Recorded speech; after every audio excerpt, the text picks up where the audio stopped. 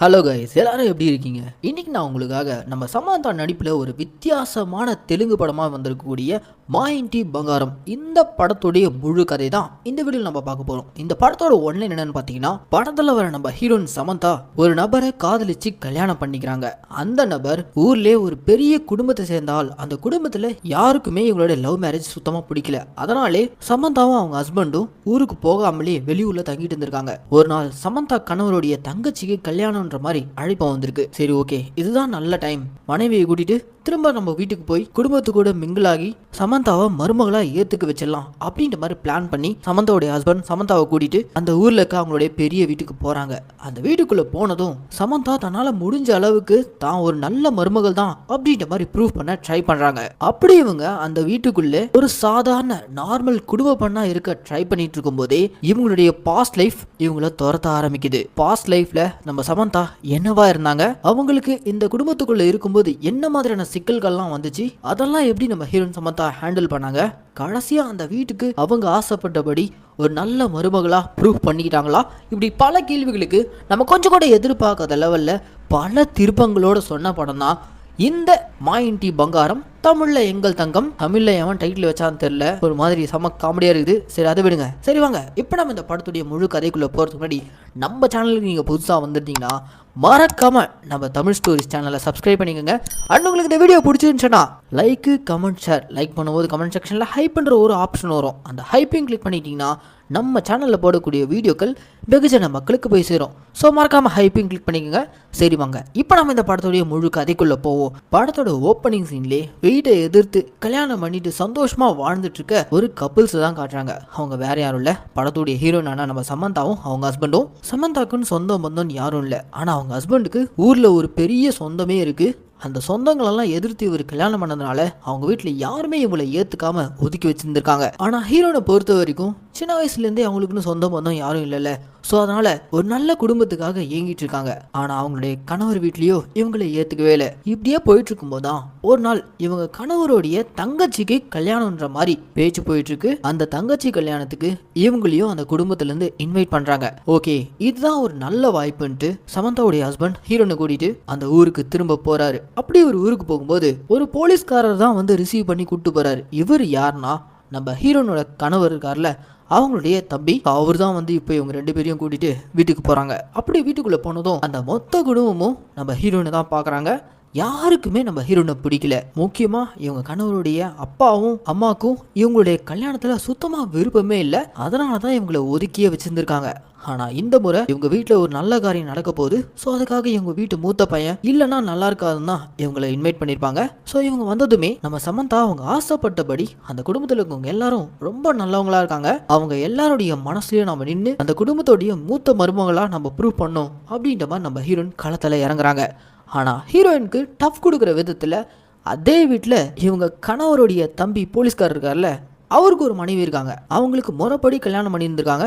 So அதனால அந்த வீட்டில் இருக்கவங்க எல்லாரும் அந்த ரெண்டாவது மருமகளை தலையில தூக்கி வச்சு கொண்டாடுறாங்க. அதுக்கேற்ற மாதிரி அவங்களும் சமையல் வேலையிலேருந்து பூஜை பண்றது இப்படி எல்லாத்துலேயுமே பூந்து விளையாடுறாங்க. ஆனால் இது எதுவுமே நம்ம ஹீரோயினுக்கு வரமாட்டேங்குது. ஏன்னா நம்ம ஹீரோயின் அப்படிப்பட்ட பேக்ரவுண்ட்லேருந்து வரவே இல்லை. அவங்களுக்கு சமையல் பண்ண தெரியல, பூஜை பண்றது தெரியல, இப்படி எதுவுமே ஒரு குடும்ப பெண்ணுன்னு சொல்லிட்டு இவங்க ஸ்டீரியோ டைப் பண்ணி வச்சிருக்காங்களே, அது எதுலேயுமே நம்ம ஹீரோயின் வரல. அதனாலே அவங்க எல்லாத்துலேயுமே தடுமாறுறாங்க. இவ்வளோ நாள் இந்த மொத்த வீடியோ நாம தான் கட்டி ஆண்டுட்டு இருந்தோம். இப்போ திடீர்னு புதுசா மூத்த மருமகள் இவ வந்திருக்கான்னு சொல்லிட்டு ஹீரோயினை மொக்க பண்ணுன்றதுக்காகவே இந்த சின்ன மருமகள் இருக்காங்களே, அவங்க வந்து இதுக்கு முன்னாடி ஒரு அளவா வேலை பார்த்து இருந்திருப்பாங்க.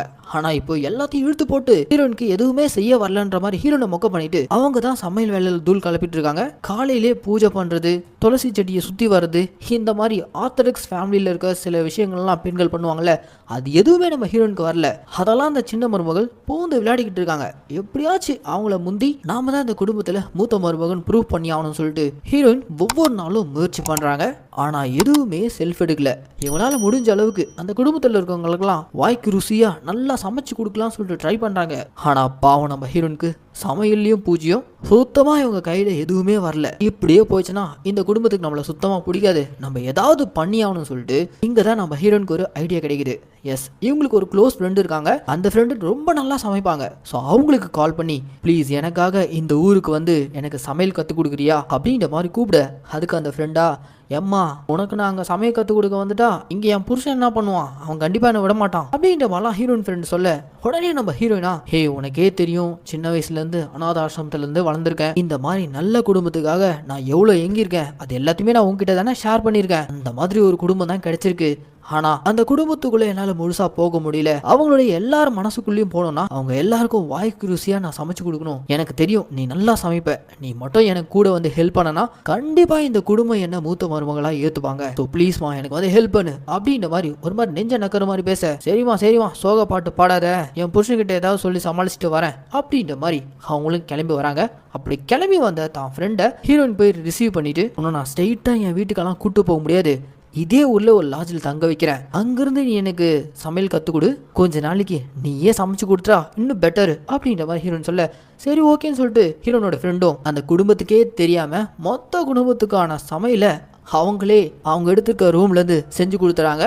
அப்படி அவங்க ஃப்ரெண்டு செஞ்ச அந்த சமையலை நம்ம ஹீரோயின் யாருக்கும் தெரியாமல் மறைமுகமாக வீட்டுக்கு கொண்டு வந்துடுறாங்க. அப்படி வீட்டுக்கு கொண்டு வந்து எல்லாத்தையும் தான் சமைச்ச மாதிரி பில்டப் கொடுத்து மொத்த குடும்பத்தையும் சாப்பிட வைக்கிறாங்க. அவ்வளோதாங்க, அந்த சாப்பாட்டோட ருசியில் எல்லாருமே மெய் மறந்து போயிடறாங்க. கொஞ்சம் கொஞ்சமாக அந்த குடும்பத்தில் இருக்கவங்க எல்லாம் நம்ம ஹீரோயின் கூட ஃப்ரெண்ட்லியாக பழக ஆரம்பிக்கிறாங்க. நம்ம ஹீரோயின் போட்ட பிளானும் பக்காவாக போயிட்டுருக்கு. இப்படி எல்லாமே நல்லபடியாக போயிட்டு இருக்கும்போது ஒரு நாள் நம்ம ஹீரோயின் சமைக்கிறதுக்கு காய்கறி வாங்குறதுக்காக மார்க்கெட் போயிருக்காங்க. அந்த மார்க்கெட்டில் இவங்க காய்கறிகளை பிரிக்கி பார்த்து வாங்கிட்டு இருக்கும்போதே திடீர்னு அவனும் ஒருத்தன் பின்னாடி இருந்து ஃபாலோ பண்ணிட்டு வர மாதிரி ஹீரோயினுக்கு ஒரு ஃபீல். யாரான்னு திரும்பி பார்த்தா ஒருத்தன் நம்ம ஹீரோயினையே குறுகுறுன்னு பார்த்துட்டு இருக்கான்.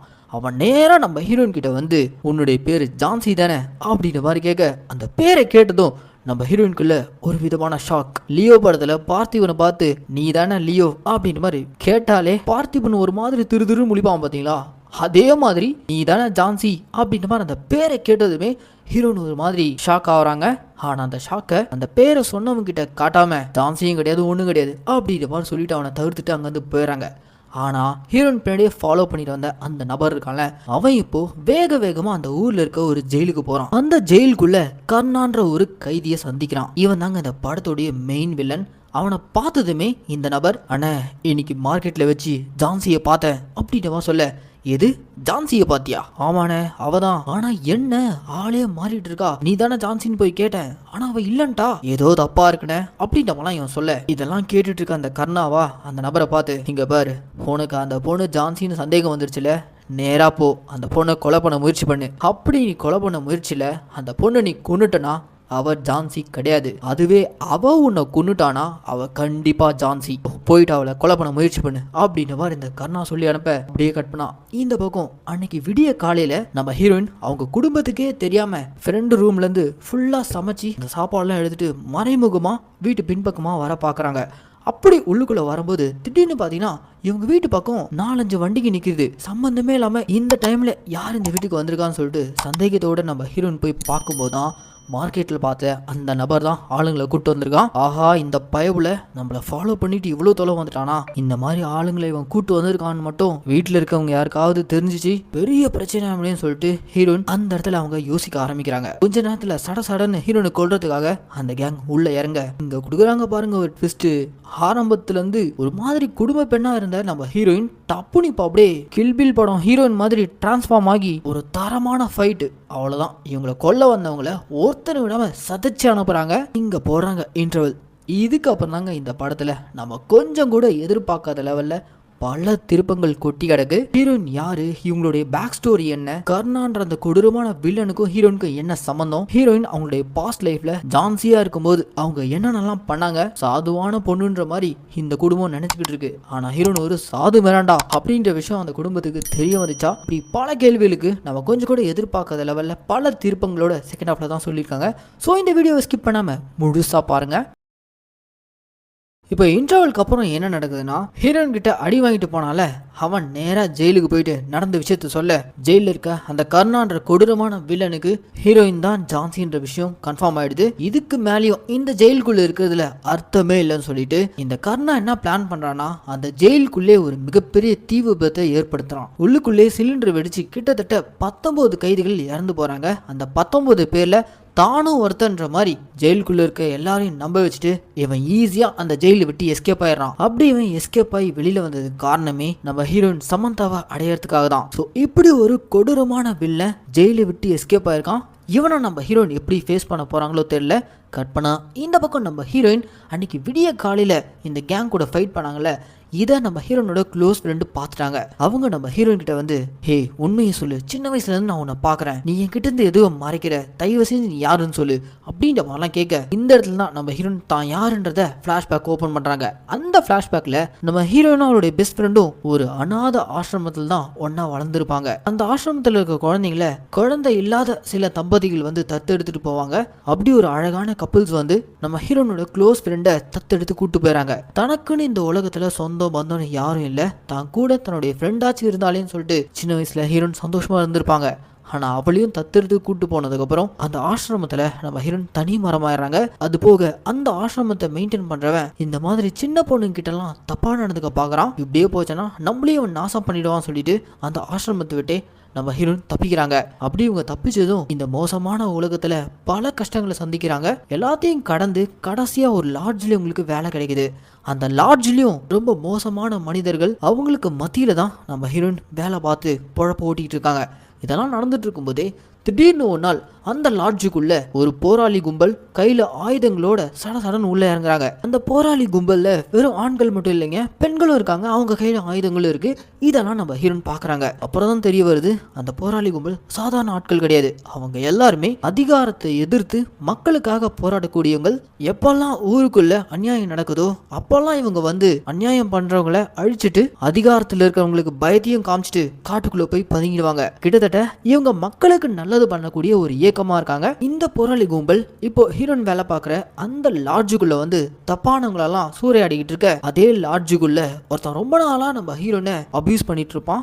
ஸோ இந்த போராளி கும்பலை பார்த்ததும் ஹீரோயின்குள்ளேயும் இவ்வளோ நாள் இவங்க தேக்கி வச்சிருந்த மொத்த கோவத்தையும் வெளிப்படுத்துற விதமா அவனை போட்டு தள்ளுறாங்க. அப்படி அவனை கொண்டதுக்கு அப்புறம் இந்த கும்பலோடவே சேர்ந்து இவங்களும் காட்டுக்கு வந்துடுறாங்க. அப்படி இவங்க காட்டுக்கு வந்ததும் அந்த இயக்கத்தோடைய தலைவனா யார் இருக்கான்னு பார்த்தா அது அந்த கர்ணா தாங்க. அவன் தான் அந்த மொத்த இயக்கத்தையும் வழி நடத்திக்கிட்டு இருக்கான். அங்க இருக்க எல்லாருக்கும் இவன் தான் ட்ரைனிங் கொடுக்குறான். அதில் இப்போ புதுசா வந்து ஜாயின் பண்ணிருக்க நம்ம ஹீரோயின், அவளுக்கு ஜான்சின்னு பேரு கொடுத்து பல பயிற்சிகளை கொடுக்குறாங்க. இப்படிதான் நம்ம ஹீரோயின் ஒரு வெல் ட்ரைன்டு ஃபைட்டரா மாறி இருக்காங்க. ஸோ இப்படி அந்த இயக்கத்தோடு சேர்ந்து மக்களுக்காக நல்லது பண்ணிட்டு அப்படியே நம்ம ஹீரோயின் அந்த இயக்கத்தோட வாழ்க்கையை நடத்திக்கிட்டு இருக்க. இப்படி போயிட்டு இருக்கும்போது தான் இந்த இயக்கத்தோட தலைவனான கர்ணா இருக்கால, அவன் மேல நம்ம ஹீரோனுக்கு சந்தேகம் வருது. ஏன்னா இவங்க ஆட்கள் இருக்க சில பேர் காட்டி கொடுக்கப்பட்டு சாவறாங்க. கொஞ்சம் கொஞ்சமா இவங்களுடைய இயக்கத்துக்கு எதிரான சில விஷயங்கள்லாம் நடக்குது. இது எல்லாத்துக்கும் காரணம் யாருன்னு பாத்தீங்கன்னா அந்த இயக்கத்துடைய தலைவனான அந்த கர்ணன் தாங்க. எஸ், அவன் என்ன பண்ணியிருக்கானா, அதிகார வர்க்கத்தில் இருக்கவங்க கிட்ட இருந்து காசை வாங்கி டபுள் கேம் ஆடி இருக்கான். இவன் எப்பேற்பட்ட தில்லாலங்கடின்றத ஹீரோயின் ரியலைஸ் பண்றாங்க.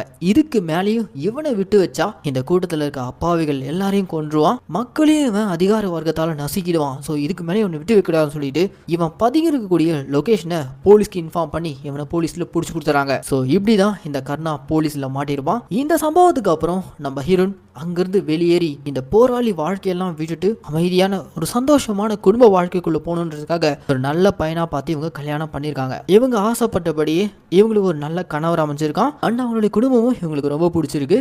ஸோ இப்படி இந்த ஃபிளாஷ்பேக் எல்லாம் நம்ம ஹீரோயின் தன்னுடைய ஃப்ரெண்டு கிட்ட சொல்லி முடிக்க, உன்னுடைய பாஸ்ட் லைஃப்ல இவ்வளோ நடந்திருக்கா அப்படின்ற மாதிரி அவங்க ஃப்ரெண்டே ஆச்சரியப்பட்டு போக, ஆமா, நான் கடந்து வந்த பாதை ரொம்ப கரடு முரடானது, இப்ப அதெல்லாம் விட்டுட்டு ஒரு நிம்மதியான வாழ்க்கைக்குள்ள வந்திருக்கேன், ஆனா இவனுங்க விடமாட்டானுங்க போல இருக்கு அப்படின்ற மாதிரி நம்ம ஹீரோயின் யோசிச்சுட்டு இருக்கும் போதே அடுத்த சீன்லயே ஹீரோயினை நேரடியா சந்திக்கிறதுக்காக ஜெயில இருந்து தப்பிச்ச அந்த கர்ணா இருக்கால, அவன் மறைமுகமா வந்திருக்காங்க. அவன் நம்ம ஹீரோயின் கிட்ட வந்து, என்னமா ஜான்சி, என்ன ஞாபகம் இருக்கா, ஒரேடியா போட்டு கொடுத்துட்டு போயிட்டியே, உன்னை சும்மா விட்டுருவானா அப்படின்ற மாதிரி அந்த பழைய வெஞ்சன்ஸோட வந்திருக்கான். ஆக்சுவலா இவன் அந்த இயக்கத்தில் நம்ம ஹீரோயின் இருக்கும்போதே ஹீரோயின் மேலே இவனுக்கு ஒரு கண்ணு, எப்படியாச்சும் ஹீரோயின் அடையணும்னு சொல்லிட்டு இவன் ட்ரை பண்ணிட்டு இருந்திருக்கான். ஆனால் அதுக்குள்ள நம்ம ஹீரோயின் இவனை போட்டு கொடுத்துட்டு அங்கேருந்து எஸ்கேப் ஆயிருப்பாங்க. ஆனால் இப்போ அந்த பழைய பகையும் தித்துட்டு ஹீரோயினை அடையணுன்றதுக்காக வந்திருக்க அந்த கர்ணா கிட்ட நம்ம ஹீரோயின், இங்கே பார், நான் பழைய ஜான்சி இல்லை, என்னுடைய அடையாளத்தையே மாற்றிட்டு இப்போ நான் ஒரு குடும்பத்தில் ஒரு குடும்ப பெண்ணா மாறி வாழ்ந்துட்டு இருக்கேன், தயவு செஞ்சு என்னை விட்டு போ, இதுக்கு மேலேயாச்சும் என்னை நிம்மதியாக வாழ விடு அப்படின்ற மாதிரிலாம் கேட்க, ஹீரோயின் ஒரு மாதிரி இறங்கி வந்து கெஞ்சதை பார்த்து ஒரு மாதிரி ரசிக்கிறான். அதுக்கப்புறம் ஹீரோனை போக விட்டுறான். ஆனா கொஞ்ச நேரத்துல உன்வாசல் வழியா நேரம் நம்ம ஹீரோயின் வீட்டுக்குள்ள வந்து அந்த குடும்பத்துல இருக்கவங்க கிட்ட எல்லாம், நான் தான் அவங்க மூத்த மருமகளுடைய மாமா அப்படின்ற மாதிரி சொந்தக்கார மாதிரி உள்ள வந்திருக்கான். ஆனா ஹீரோனை பொறுத்த வரைக்கும் சொந்த பந்தம் யாரும் இல்லைன்ற மாதிரி தான் இவங்க சொல்லியிருப்பாங்க. இது என்ன புதுசா ஒருத்தன் மாமன் உள்ள வந்திருக்கான் அப்படின்ற மாதிரி அந்த குடும்பத்தில் இருக்கவங்க எல்லாரும் அரசல் புரசலாக பேச ஆரம்பிக்கிறாங்க. இப்படி சொந்தக்காரன்ற மாதிரி உள்ள வந்திருக்க இந்த கர்ணா இருக்கால, அவன் நம்ம ஹீரோயினை தினம் தினம் டார்ச்சர் பண்றான். இங்க பார் ஜான்சி, ஒழுங்கா எனக்கு அடி பணிஞ்சு என் கூட வந்துரு. இந்த குடும்பத்துக்கு மட்டும் நீ யாரு, இதுக்கு முன்னாடி என்ன வேலை பார்த்துட்டு இருந்த, எத்தனை பேரை கொண்டு இருக்க, இதெல்லாம் தெரிஞ்சுன்னு வச்சுக்கோயேன், அவங்களே உன்னை கழுத்தை பிடிச்சி வெளியில தள்ளிடுவாங்க. இதெல்லாம் நான் சொல்லக்கூடாதுன்னா ஒழுங்காக என் கூட வந்துரு, அதுதான் உனக்கு நல்லது அப்படின்ற மாதிரி தினம் தினம் டார்ச்சர் பண்ண. அந்த டார்ச்சர்லாம் அனுபவிச்சுட்டு இருக்க நம்ம ஹீரோன் ஒரு கட்டத்துக்கு மேலே இப்படியே போச்சுன்னா இது வேலைக்காகதான் சொல்லிட்டு இவனை பற்றின உண்மையை முதல்ல இவங்க கணவருடைய தம்பி போலீஸுக்கால அவங்ககிட்ட இன்ஃபார்ம் பண்ணுறாங்க. அதோட இவங்களுடைய பாஸ்ட் லைஃபு மொத்தமாக டீட்டெயிலாக சொல்லிடுறாங்க. அண்ட் அதுக்கப்புறம் அவங்களுடைய கணவர்கிட்டையும் தான் யார், தன்னுடைய பாஸ்ட் லைஃப்பில் ஜான்சியாக இவங்க என்னென்னலாம் பண்ணாங்க, இப்போ மாமன்ற பேரில் உள்ளே வந்திருக்க அந்த கர்ணான்ற கொடூரமான வில்லன் அவன் எப்படிலாம் இவங்களை பிளாக்மெயில் பண்ணி டார்ச்சர் பண்ணிட்டு இருக்கான், இப்படி எல்லாத்தையுமே ஒன்று விடாமல் நம்ம ஹீரோயின் தன்னுடைய கணவர்கிட்டையும் கணவருடைய தம்பியான போலீஸ்கிட்டையும் சொல்ல, சரி ஓகே நீங்கள் ஒன்றும் கவலைப்படாதீங்க, அவன் கதையை முடிக்க வேண்டியது எங்களுடைய வேலை அப்படின்ற மாதிரி போலீஸ் தம்பியும் ஹீரோயினோட கணவரும் பிளான் பண்றாங்க. ஆல்ரெடி கர்ணா அந்த ஜெயிலுக்குள்ள ஒரு மிகப்பெரிய தீ விபத்தை ஏற்படுத்தி தான் செத்துட்டன்ற மாதிரி தானே டிபார்ட்மெண்ட்டே ஏமாத்தி தப்பிச்சு வந்திருக்கான். ஸோ அந்த உண்மையை மேலதிகாரிகள்கிட்ட சொல்லி கர்ணாவை ட்ராப் பண்ணி பிடிச்சிடறாங்க. அப்படி கர்ணா ட்ராப் பண்ணி மாட்டினதுக்கு அப்புறம் இந்த முறையும் அவன் மாட்டினதுக்கு காரணம் அதுக்கு பின்னாடியும் ஹீரோயின் ஜான்சி தான் இருக்கான்ற விஷயம் தெரிஞ்சுக்கிட்டு இதுக்கு மேலேயும் அவளை உயிரோடவே விடக்கூடாதுன்னு சொல்லிட்டு அடுத்த சீன்லேயே மாட்டின இந்த கர்ணா திரும்பவும் ஜெயிலேருந்து தப்பிச்சு ஒரு மிகப்பெரிய டீமை ஃபார்ம் பண்றான். அப்படி ஒரு கூலிப்படையை உருவாக்கி அவங்க எல்லாருக்கும் ஆயுதங்களை கொடுத்து ஹீரோயின் வீட்டுக்குள்ள இறங்கி ஹீரோனை போட்டு தள்ளி அந்த குடும்பத்தில் இருக்க எல்லாரையும் கொல்றதுக்காக ஒரு பெரிய கேங்கே அனுப்பியிருக்கான். அதே சமயம் வீட்டில் இருக்க நம்ம ஹீரோன் அந்த குடும்பத்தில் இருக்கவங்க எல்லாருக்கிட்டையும் தன்னுடைய பாஸ்ட் லைஃப், இவங்க எதெல்லாம் கடந்து வந்திருக்காங்க, இவங்க ஜான்சியா இருக்கும்போது என்னென்னலாம் ஃபேஸ் பண்ணியிருக்காங்க, இப்படி ஒன்று விடாமல் தான் குடும்பத்துக்கிட்ட எக்ஸ்பிளைன் பண்ண அந்த குடும்பத்தில் இருக்கவங்க எல்லாரும் ஹீரோனை பற்றி புரிஞ்சுக்கிறாங்க. நீ ஒன்றும் கவலைப்படாதமா, உன் பக்கம் இந்த குடும்பம் நிற்கும், ஏன்னா உன் வாழ்க்கையில் நீ அவ்வளோ வழிகளை சந்திச்சிருக்க அப்படின்ற மாதிரி அந்த குடும்பம் நம்ம ஹீரோனுக்கு சப்போர்ட்டிவாக நிற்கிறாங்க. கொஞ்ச நேரத்தில் அந்த கர்ணனுடைய ஆட்கள் வீட்டுக்குள்ளே இறங்கி ஹீரோயின் குடும்பத்தோடு சேர்த்து ஹீரோனையும் அழிக்கிறதுக்காக உள்ளே இறங்கியிருக்காங்களே, அவனுங்க ஆயுதங்களோட வந்து அட்டாக் பண்ண பயங்கரமான ஒரு ஃபைட். அந்த ஃபைட்டில் நம்ம ஹீரோன் ஒருத்தனை விடாம எல்லாரும் அடிச்சு பறக்க விடுறாங்க. நம்ம ஹீரோயின் கன் ஹேண்டில் பண்றதெல்லாம் அந்த குடும்பத்தில் இருக்கவங்கலாம் பார்த்து மிரண்டு போயிடறாங்க. துப்பாக்கியும் கையுமா இருந்தவள கரண்ட் பிடிக்க விட்டுமே அப்படின்ற மாதிரி அந்த குடும்பத்தில் இருக்கவங்க எல்லாரும் ஹீரோயினோட ஸ்டண்ட்டை பார்த்து மிரண்டு போக கடைசியா எல்லாரும் அடிச்சு முடிச்சதுக்கு அப்புறம் மெயின் வில்லனான கர்ணா இருக்கான அவன் நம்ம ஹீரோனை எய்ம் பண்ணி ஷூட் பண்ண ஹீரோன் உடம்புல ஒரு புல்லட் இறங்கிடுது. என்னதான் புல்லட் இறங்கினாலும் டப்புனு நம்ம ஹீரோன் இதுக்கு மேலேயும் இவனை உயிரோட விட்டா நம்மளையும் நம்ம குடும்பத்தையும் இவன் நிம்மதியாக வாழ விட மாட்டான்னு சொல்லிட்டு கத்தி எடுத்து அவனை ஒரே போடு, அவ்வளோதான் அவனை போட்டு தள்ளிடுறாங்க. அப்படி அவனை போட்டு தள்ளினதுக்கப்புறம் ஹீரோயினுக்கு வந்த எல்லா பிரச்சனையும் சால்வ் ஆகி அவங்களுடைய அந்த பாஸ்ட் லைஃப் எல்லாத்தையும் மறந்துட்டு அவங்க ஆசைப்பட்டபடி அவங்களுக்கு ஒரு அழகான குடும்பம் அமைஞ்சு சந்தோஷமாக அந்த குடும்பத்தோட கணவரோட வாழ ஆரம்பிக்கிறாங்க. அப்படி இந்த படத்தையும் முடிக்கிறாங்க. ஏன்னா மக்களே, இந்த மாயின்டி பங்காரம்ன்ற படத்துக்கு நான் கொடுத்த வாய்ஸ் ஓவர் கண்டிப்பாக உங்களுக்கு பிடிச்சிருக்கும் நான் நம்புகிறேன். இதே மாதிரி தொடர்ந்து நம்ம தமிழ் ஸ்டோரிஸ் சேனலில் ரிலீஸ் ஆகக்கூடிய படங்களால் நீங்கள் பார்க்கணுன்னு ஆசைப்பட்டீங்கன்னா மறக்காமல் நம்ம சேனலில் சப்ஸ்கிரைப் பண்ணிக்கோங்க. அண்ட் உங்களுக்கு இந்த வீடியோ பிடிச்சிருந்துச்சுன்னா அந்த லைக்கு, கமெண்ட், ஷேர் இதையும் மறக்காமல் பண்ணிடுங்க. இதே மாதிரி ஒரு சூப்பரான தரமான படத்தோட நான் உங்களை நாளைக்கு வந்து சந்திக்கிறேன். டாடா பாய்.